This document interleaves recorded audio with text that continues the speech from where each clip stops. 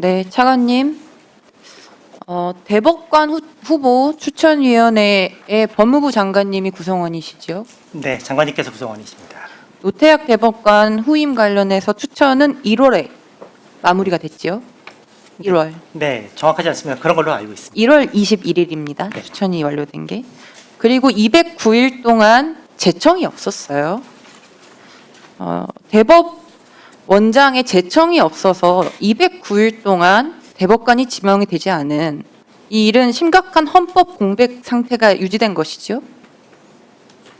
대법관님 공석으로 인한 여러 가지 재판 지연 등의 문제가 있었을 것이라고 생각합니다. 이랬던 적이 있습니까? 200여일이 넘게. 제청이 안 된 적이 없죠. 그 부분 제가 정확히는 알지 못하고 있습니다. 네. 대통령 탄핵, 대선 이런 때가 아니고서는 이렇게까지 길어진 적이 없습니다. 대단히 심각한 상황이었는데요.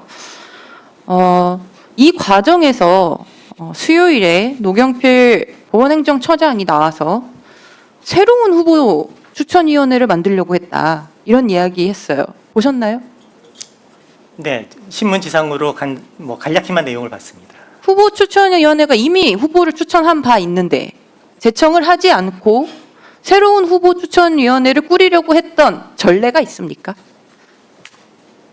제가 알기로는 그런 전례는 없는 그런 적 걸로 없죠. 알고 대단히 이례적이고 황당한 일이 벌어진 겁니다. 후보 추천위원회 추천 법원 조직법에 따라서 되는 거 아닙니까? 그렇습니다. 법률에 따라서 되는 것이지요. 네, 그렇습니다. 네. 네. 이 대법관 추천 관련해서 제가 헌법 조항을 보니까 유신 헌법 전 조항을 보니까 대법관 관련해서 대법원장은 법관 추천 회의의 동의를 얻어 제청한다. 원래 이렇게 헌법 조항이 있었습니다. 알고 계신가요? 유신 헌법 전에요. 네, 이 법관 추천 회의의 동의를 얻어가 유신 헌법 때 사라졌어요. 그래서 대법원장의 제청 이렇게 됐습니다.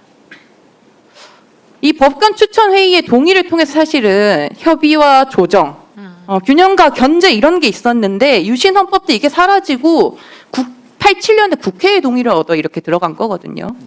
대법원장의 제청권이 민주적 견제가 있어야 되기 때문에 이런 동의 절차들이 있었던 거 아닙니까? 그런데 노경필 행정처장은 후보자 추천위원회를 새로 꾸린다고 하면서 후보자들한테 전화를 했어요.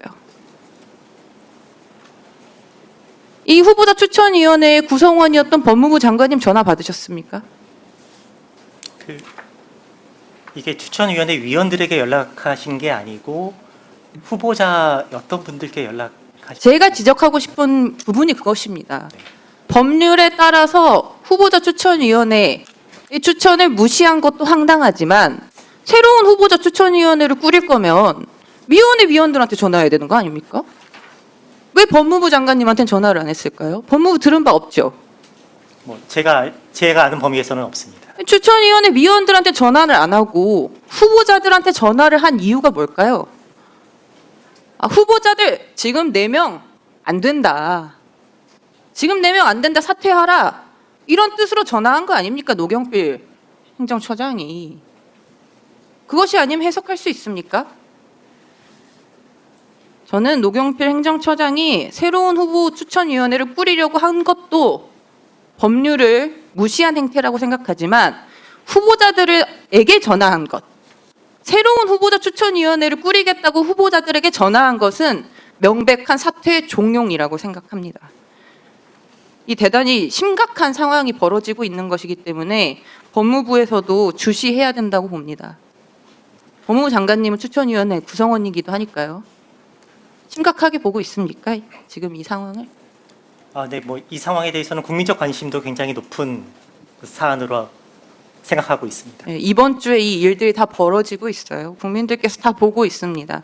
원래 유신 헌법의 전 조항의 취지에서도 법관 추천 회의의 동의를 얻어가 헌법 조항에 들어가 있을 정도로 대단히 중요했던 부분인 겁니다.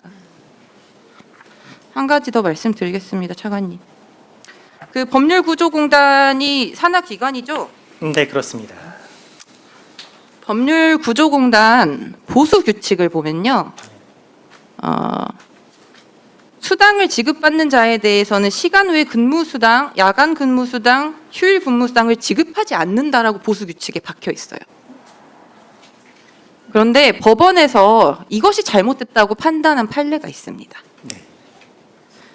고정수당을 시간으로 환산한 기준을 넘어 실제로 근무했다면 그 초과 근무에 대해서는 별도의 수당을 지급해야 한다라는 서울중앙지방 법원의 판결이 있었습니다. 네. 근데 지금 정면으로 위배되는 그런 조항 규칙이 들어있는 거거든요. 네. 여기 법률구조공단에. 그래서 지금 공단 소속 변호사들이 고정된 관리 업무 수당만 받고 이 시간 외, 야간, 휴일 근무 수당을 받지 못하고 있어요. 네, 변호사님들만 대상입니까? 네, 현재는 그렇습니다. 확인을 한번 해주십시오. 예, 예. 그리고 문제는 제가 말하는 거는 이게 규칙에 들어가 있다는 겁니다. 누가 받았냐 아니냐가 아니라 이게 규칙에 이렇게 들어가 있는 거는 그 판례에도 좀 어긋나지 않습니까? 이 부분은 좀 시정이 필요하다고 봅니다. 네, 의원님 저 그 보수 규칙의 내용과 네. 그 내용이 그 말씀하신 판례에 위반되는지 여부, 그다음에 그 규칙이 왜 그렇게 규정되는지 여부 등을 저희가 네. 검토해 보도록 하겠습니다. 네.